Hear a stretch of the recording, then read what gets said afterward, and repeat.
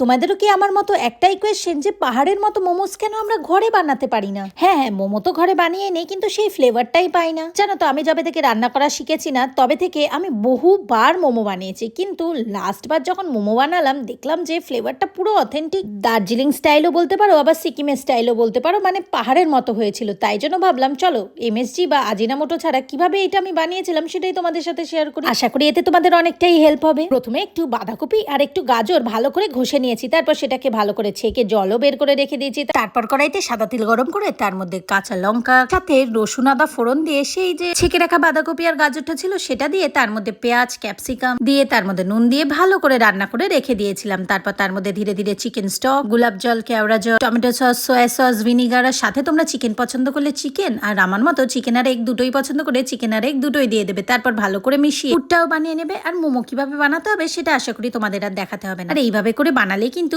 Authentic সেই ফ্লেভারের মোমোটা তোমরা নিশ্চয়ই ঘরে বসে পেয়ে যাবে। জানো তো, মোমোর সাথে মোমো স্যুপও বানিয়েছিলাম, যেটা একদম পাহাড়ের মতো খেতে হয়েছিল। তোমরা চাইলে সেটাও একদিন তাহলে শেয়ার করা যাবে।